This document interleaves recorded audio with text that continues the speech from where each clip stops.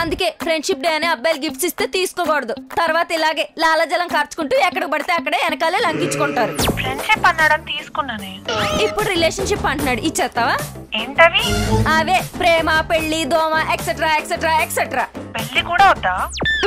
పెళ్లి అయితే ఆంటీ అంటారే, అవ్వకపోతే ఏంటి అంటారే. ఏంటి కోసం ఆంటీ అవుతానంటావేంటే ఎర్రి ఫ్రూటీ. బుర్ర పెట్టి ఆలోచించు. రాజకుమారి అని పేరు పెట్టుకున్నందుకు ఏం పీకా? నా పేరులోని రాజు మా ఆయనకి వెళ్ళింది, కుమారి కాస్త గొంతులో పడింది, శ్రీమతి అయినందుకు నా మధ్య పోయింది. ఇప్పుడు ఏం చేయమంటారే? అర్జెంట్ గా ఫాలో గాని అన్ఫాలో చెయ్యి. అదేలాగో తెలియకే కదా నీకు ఫోన్ చేశాను.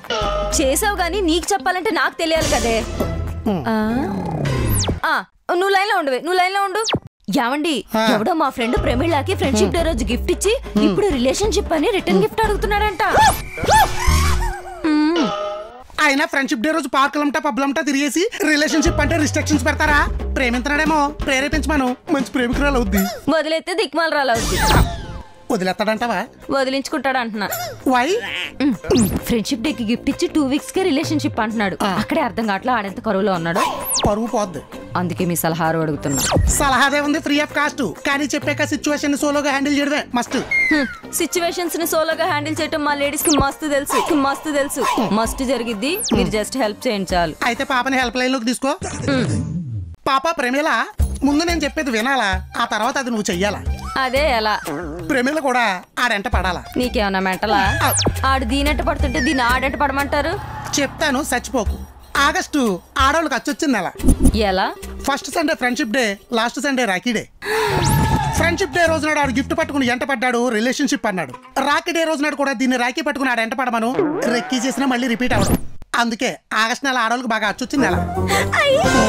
ఏవే విన్నావా?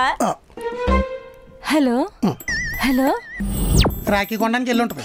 అమ్మని. అవును, క్యాలెండర్ కూడా చూడకుండా చటుక్కున అంత కరెక్ట్ గా ఎలా చెప్పారు? ఎప్పుడో ఎక్కడో ఎవడికో జరిగి ఉంటది, అది నేను చూసుంటాను. చూస్తుంటే చూసినట్టు లేదు, చేసినట్టుంది. చేత మాత్రం చెల్లవలసిన చెల్లే కదా ఇది. ఏదో పిల్లి మొక్క వేసుకుని అన్ని అనుమానాలు లేకు. కనపడ్డు కంత్రిగాడు. అమ్మో, కొంచెం దొరికిపోదు. ఏమండి మావయ్య గారు, చేరిందా మీ చిన్న కూతురు? సోకపుత్రురాలు బాధించేసుకోవడానికి బావా, బాధేయడానికి బాబు బాగా దొరికారు దీనికి. అందుకే కదా నా బాధ అంతా. దీనికి వచ్చినోడు దాన్ని ఎక్కడ బాగుతాడు అని. భయపడకండి, పాప బలవంతురాలే. బావ ఇంటి ఫుడ్ బాగా వంట పట్టింది దానికి. బట్టలు మర్చిపోయిందంట, పంపించు బాబు. బట్టలు కూడా పట్టుకెళ్ళలేదా? బద్ధకం కదా బాబు. సర్లేండి, బాగుడింతో బాగా చదువుకున్నాం కానీ పెట్టేయండి ఇంకా. వికారాబాద్లో 2018-19లో అప్రాక్సిమేట్లీ ల్యాండ్ వాల్యూ ఎంత ఉండే? 30 లక్షలు 40 లక్షలు ఉండే. ఇది సుమారు 2 కోట్లకు వచ్చింది. ఆంధ్ర ఎకానమీ డౌన్ ఉన్నందుకు అక్కడ వాళ్ళు కూడా తెచ్చి ఇక్కడ ఇన్వెస్ట్ చేశారు. నవ్వు ఇప్పుడు ఏంది, అక్కడ ఎకనామిక్ కండిషన్స్ మారబోతున్నాయని జనాల ఎక్స్పెక్టేషన్. సో ఇప్పుడు ఇక్కడ పెట్టే వాళ్ళు హైదరాబాద్ నుంచి 30 to 60 కిలోమీటర్స్, 60 to 100 కిలోమీటర్స్ దూరం ఉండే దగ్గర ఇంకా మీకు ఎందుకు అప్రిషియేట్ అవుతుంది?